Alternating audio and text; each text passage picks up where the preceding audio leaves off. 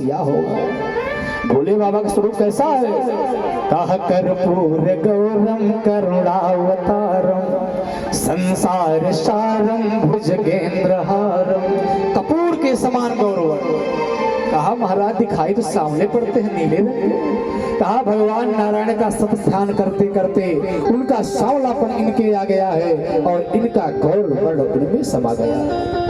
तो यही कारण था कि मैया सती ने अपने शरीर का परित्याग किया और पुनः हिमाचल की कुटिया बन करके आए।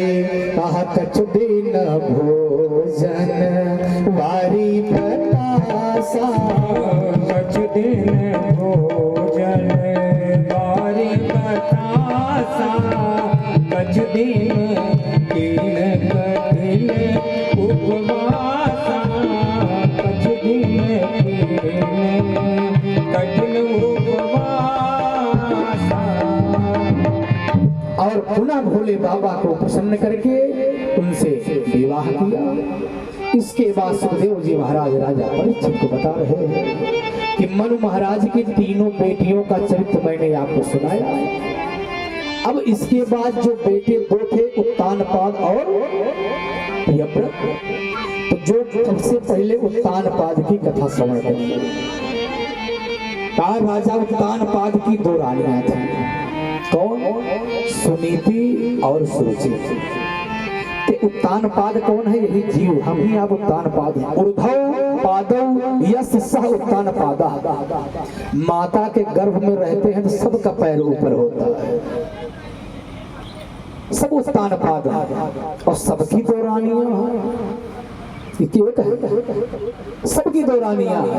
कहा सुमति कुमति सब के उर रही, सुमति कुमति सब के उर रही, सुमति कुमति सब के उर रही, सब के उर रही। नाथ पुराण निगम अस्थानी, नाथ पुराण निगम अस्थानी।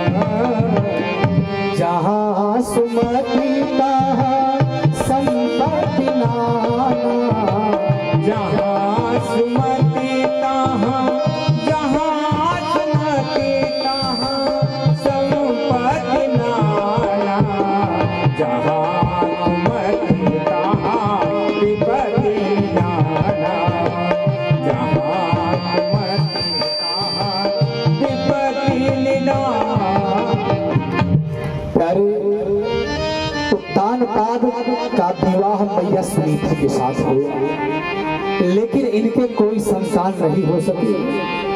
तो मैया सुनीति ने राजा उत्तानपाद से कहा, स्वामी अगर वंश को आगे बढ़ाना है तो मैं चाहती हूँ कि आप दूसरा विवाह करें। तो सुनीति के कहने पर राजा उत्तानपाद सुरुचि के साथ विवाह करने के लिए तैयार हो गए। तो सुरुचि ने सबसे पहले शर्त रखी कि मैं महाराज विवाह तो करूंगी, लेकिन आपकी गद्दी का अधिकारी राजा आपकी पहली पत्नी का पुत्र नहीं होगा, मेरा ही बेटा होगा। तैयार हो गए। कहा लेकिन एक बात और जान लीजिए कि मैं आपके यहाँ तब रहूंगी जब उसको आप बाहर निकाल दोगे, साथ सही रह सकते। तैयार हो गए, सुरुचि को लेकर के आए। अब मैया सुनीति बाहर बर्बादिया रहने लगे। तो एक दिन भगवान की कृपा देखिए, जब सुरुचि के उत्तम हुआ तो मैया सुनीति के ध्रुव हो गए। अब पहले ध्रुव हुए